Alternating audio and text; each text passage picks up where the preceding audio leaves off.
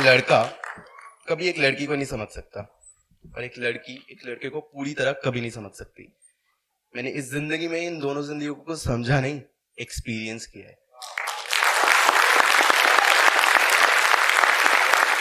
This story is brought to you by tapeatale.com.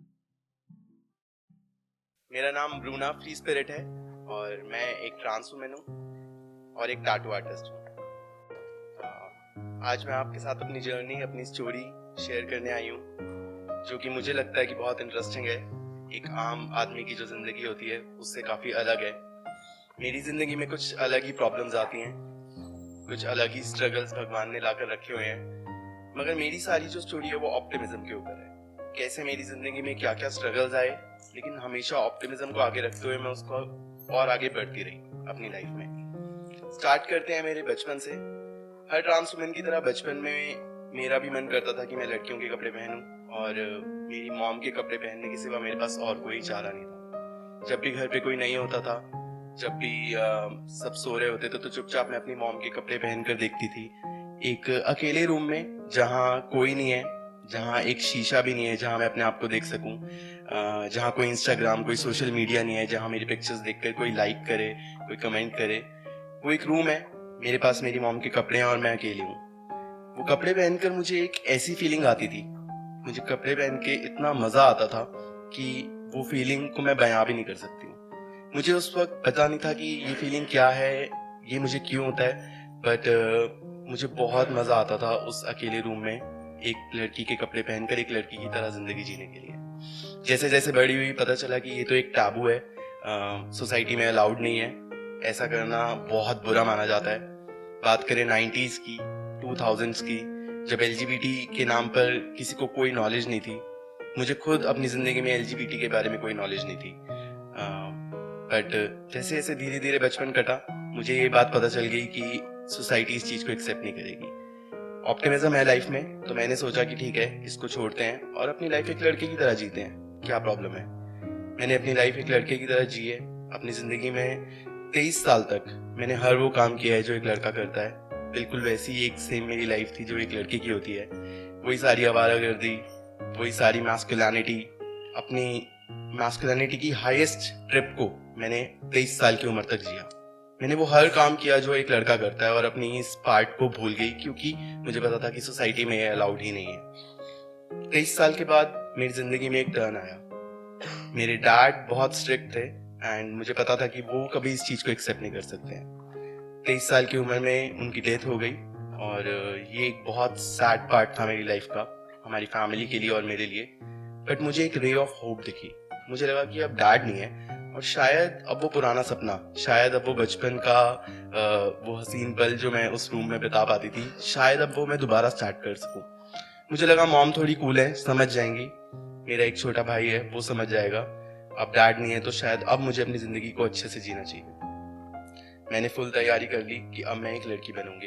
अपनी इस पूरी मैस्कुलिनिटी की ट्रिप को, अपनी इस पूरी आइडेंटिटी को खत्म करके अपनी लाइफ को एक नया स्टार्ट दूंगी। मैंने शॉपिंग करना स्टार्ट किया। बहुत मुश्किल था मेरे लिए सरोजनी नगर जाकर लड़कियों के कपड़े खरीदना, इनरवेयर खरीदना, मेकअप खरीदना, जिस चीज की मुझे कोई नॉलेज नहीं है, मगर अंदर से एक फीलिंग आती थी कि अब मुझे ये करना ही करना है। मैंने सब कुछ खरीदा और मेकअप और कपड़े मेरे पास थे, मगर मेरे पास कोई जगह नहीं थी चेंज करने के लिए। मेरे पास कोई ऐसी जगह नहीं थी जहाँ जाकर मैं एक लड़की बन पाऊँ। तो मैंने सोचा कि ठीक है, कोई जगह नहीं है, मैं एक स्टूडियो पे काम करती हूँ जिसका नाम इंक स्पेस स्टूडियो है। वो एक टैटू स्टूडियो है, मैं वहाँ काम करती थी और मैंने सोचा कि मैं कार में अपने घर से स्टूडियो तक जाती हूँ। मैंने सोचा कि मैं कार में चेंज करूंगी और घर से निकल के कार में चेंज करूंगी और स्टूडियो पहुंचने से पहले वापस चेंज करके वहाँ काम पे चली जाऊंगी, क्योंकि किसी को मेरी आइडेंटिटी के बारे में पता नहीं था और मुझे ये बताने में बहुत डर लगता था। मैंने कार में ही करना स्टार्ट किया। रोज बहुत हेक्टिक होता था, मैं रोज कार में जाती थी, रोड पे साइड पे कहीं लगाकर चेंज करती थी अपने कपड़े, अपने पिक्चर्स क्लिक करती थी। शीशा नहीं होता था तो अपने आप को देख नहीं पाती थी, बट बहुत मजा आता था, एडवेंचर होता था, एक नई लाइफ स्टार्ट हो गई थी। कुछ दिन बाद मुझे लगा कि कार से मैं बोर हो गई हूँ, तो मैंने नई जगह चूज करी जो कि थे मॉल्स के वॉशरूम। ऐसे मॉल्स जहाँ वॉशरूम्स बहुत ऊपर होते हैं, जहाँ कोई जाता नहीं है। मैं उन वॉशरूम्स में जाके चेंज करने लग गई अपने कपड़े और वहाँ एक शीशा भी मुझे मिल गया जहाँ मैंने पहली बार अपने आप को एज अ वुमेन देखा। धीरे धीरे मेरी और इच्छाएं बढ़ती रही। मैंने सोचा कि मैं पार्क्स में जाती हूँ रात को 10-11 बजे, जब कोई पार्क में नहीं होता है, क्योंकि मुझे ये बहुत छुप के करना होता था। मैं रात को पार्क्स में जाती थी और अपने कपड़े चेंज करके अपने पिक्चर्स क्लिक करती थी। लाइफ में बहुत मजा आ रहे थे। एक बुरा इंसिडेंट हुआ मेरे साथ रात को पार्क में, और मुझे लगा कि अब मुझे सबको रोक देना पड़ेगा, क्योंकि इतना रिस्की है, क्योंकि इतना खतरनाक है ये सब करना। तो मुझे लगा कि मुझे इस चीज को अब रोकना चाहिए और यहीं तक इसकी लाइफ है। बट जो एक बारी मुझे ये करना था, वो फीलिंग के साथ मैंने सोचा कि वो मैं करूंगी। मैंने प्लान किया कि मैं गोवा जाऊंगी 7 दिन के लिए। गोवा जाने के लिए मैंने इसलिए सोचा क्योंकि अपनी पूरी जिंदगी में मैंने कभी 1 घंटे से भी ज्यादा लड़कियों के कपड़ों में या एक लड़की बनकर नहीं जिया था। मैंने सोचा कि मैं गोवा जाऊंगी और वहां जाकर अपनी 7 दिन एक लड़की की तरह जीऊंगी और देखूंगी कि क्या सच में मैं एक ट्रांस वुमन हूँ, क्या मैं ये चाहती हूँ अपनी लाइफ में। मैंने सारा सामान बांधा, सारी शॉपिंग करी, फ्लाइट ली, मैं गोवा गई। मैं इतनी एक्साइटेड थी कि गोवा पहुंचकर एयरपोर्ट से मैं निकली भी नहीं थी और मैंने एयरपोर्ट पे ही चेंज कर लिया। 7 दिन मैंने अपनी जिंदगी के वहां गुजारे एक वुमन की तरह, और मुझे समझ आया कि मैं क्या हूँ। मैंने अपने आप को एक्सेप्ट किया सबसे पहले। वापस आने के बाद मुझे सब क्लियर हो गया। मुझे पता था कि अब मुझे क्या करना है। मैंने लिस्ट बनाई। मैंने सोचा कि मैं सब लोगों को इस बारे में बताना स्टार्ट करूंगी और अपनी लाइफ को किसी ना किसी तरह से एक वुमेन की तरह जीने की कोशिश करूंगी। तब सेक्शन 377 था। इसका मतलब ये एक इलीगल काम है। मेरा इस तरह कपड़े पहनना, बाहर जाना एक इलीगल काम था और मैं ये नहीं कर सकती थी। बट मैं लकी मानती हूँ अपने आप को कि जिस टाइम पर मैंने ये करने के लिए सोचा, सेक्शन 377 डिमोलिश हो गया। LGBT राइट्स इंडिया के अंदर आ गए थे। जिस स्टूडियो पे मैं काम करती हूँ, जिसका ओनर चेतन है, उसने मुझे अलाउ किया इस चीज के लिए कि मैं एक काम करती हूँ कि मैं रोज स्टूडियो आऊं और मैं वहीं पर चेंज करूं। पूरा दिन ब्रूना की तरह, एक लड़की की तरह काम करूं और वापस घर एक लड़के के रूप में चले जाऊं। मैंने सोचा कि अच्छा प्लान है, मुझे ज्यादा टाइम मिलेगा और ज्यादा मौका मिलेगा ये करने के लिए। इसी बीच में मैंने टैटूइंग सीखना स्टार्ट किया, एक टैटू आर्टिस्ट बनी और अपनी लाइफ को ऐसे ही जीना स्टार्ट किया। मेरा रोज का दिन बहुत अजीब और हसल वाला होता है। मैं रोज सुबह उठती हूँ तो एक लड़का होती हूँ, अपने घर से अपनी बाइक पर निकलती हूँ और अपने स्टूडियो तक जाती हूँ। स्टूडियो पर जाते ही सबसे पहले मैं चेंज करती हूँ। चेंज करने के बाद मेरी एक आइडेंटिटी चेंज हो जाती है। मैं एक लड़के से लड़की बन जाती हूँ। मेरी आइडेंटिटी चेंज होने के बाद मैं पूरा दिन एक वुमेन की तरह काम करती हूँ, टैटूज बनाती हूँ और जब घर जाना होता है तो फिर चेंज करती हूँ। आज इस बात को 4 साल हो गए हैं और मैं अभी भी अपनी लाइफ को ऐसे ही जी रही हूँ। लोग पूछते हैं कि तुम्हें स्ट्रगल नहीं होता है, तुम्हें मुश्किल नहीं होती है करने में। होती है, बट ऑप्टिमिज्म मुझे हमेशा आगे ले जाने के लिए तैयार रहता है। मुझे पता नहीं कि मैं क्यों करती हूँ, बट मैं रोक भी अपने आप को नहीं पाती हूँ। बहुत सारी प्रॉब्लम्स मेरी जिंदगी में आती है। मुझे स्टूडियो सबसे पहले जाना होता है ताकि क्लाइंट्स के आने से पहले मैं पहुंच जाऊं और चेंज कर लूं, और रात को सबसे लेट निकलना होता है ताकि वो लोग ये ना देख ले कि मैं एक चेंज कर घर जा रही हूँ। अपने इस सफर में मैंने बहुत सारे अच्छे पल भी देखे हैं, बहुत सारे बुरे पल भी देखे हैं। मैं खुश हूँ कि मेरी कम्युनिटी ने मुझे सपोर्ट किया है। LGBT कम्युनिटी ने मुझे बहुत साथ दिया। मुझे हमेशा ये लगता था ट्रांस वुमेन होने के बाद कि क्या कोई मुझसे टैटू बनवाएगा, क्योंकि ये एक टैबू है। क्या कोई टैटू बनवाने के लिए मुझसे रेडी भी होगा? मगर जैसे जैसे टाइम चेंज हुआ, जैसे जैसे मैंने अपनी आर्ट को समझा, एक आर्टिस्ट बनी, मैंने देखा कि लोगों को मेरे जेंडर से कोई प्रॉब्लम नहीं है। लोगों को मेरी आर्ट से वो मेरी आर्ट देखना चाहते हैं।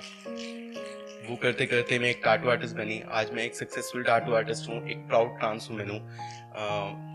मुझे लगता है कि मैं अपनी लाइफ को पूरी तरह से जीती हूँ। मुझे लगता है जो पुरानी लाइफ मेरी थी वो एक फेक लाइफ थी। जैसे हम एक फेक लाइफ जीते हैं, हम बस उसे जीते चले जाते हैं। मगर आज जब मैं सुबह उठती हूँ तो मेरी आंखों में वो रोशनी होती है कि मुझे कुछ करना है अपनी लाइफ के अंदर, और इसी पैटर्न पे, इसी और सक्सेस पे मैं आगे चलती जा रही हूँ। और मुझे लगता है कि आगे और चलकर मैं फाइनली अपने इस सपने को पूरा कर पाऊंगी।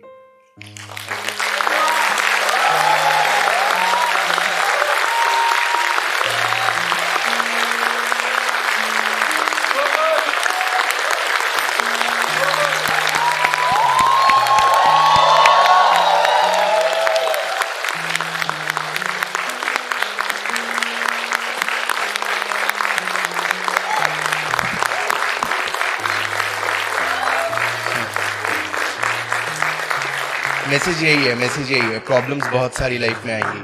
आपकी लाइफ की प्रॉब्लम्स आपको बहुत बड़ी लगती हैं, मेरी लाइफ की प्रॉब्लम्स उससे 10 गुना बड़ी हैं। पीछे हट नहीं सकते हैं, करके दिखाना ही है।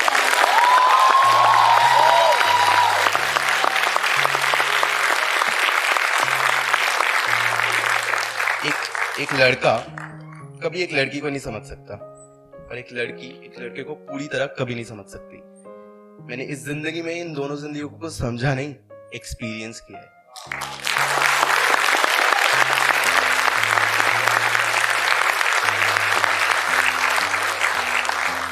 मैंने मैस्कुलिनिटी को उतना ही समझा है जितना फेमिनिटी को समझा है, और दोनों का जो बैलेंस है, उस बैलेंस पे अगर तुम जीते हो ना, हर एक इंसान में एक लड़का और एक लड़की दोनों होते हैं। हम अपने मॉम डैड से जब पैदा होते हैं तो दोनों के डीएनए मिक्स होकर ही हम एक इंसान बनते हैं। ये सोसाइटी डिसाइड करती है कि आप लड़के बनेंगे, आप ब्लू पहनेंगे, आप क्या पहनेंगे, आप क्या नहीं पहनेंगे, आप पिंक पहनेंगे या नहीं पहनेंगे। अगर आप खुद से बैठ कर देखें तो आपके अंदर दोनों है, एक मर्द भी है, एक औरत भी है। हम पूजा करते हैं शिवा की, हम बात करते हैं अर्धनारीश्वर की, हम बात करते हैं मैस्कुलिनिटी और फेमिनिटी की। उस बैलेंस को रखकर जीना एक बहुत बढ़िया जिंदगी है। मुझे ऐसा लगता है मैं अपनी जिंदगी में 2 जिंदगियां जीती हूँ, और मैं इसके नाम से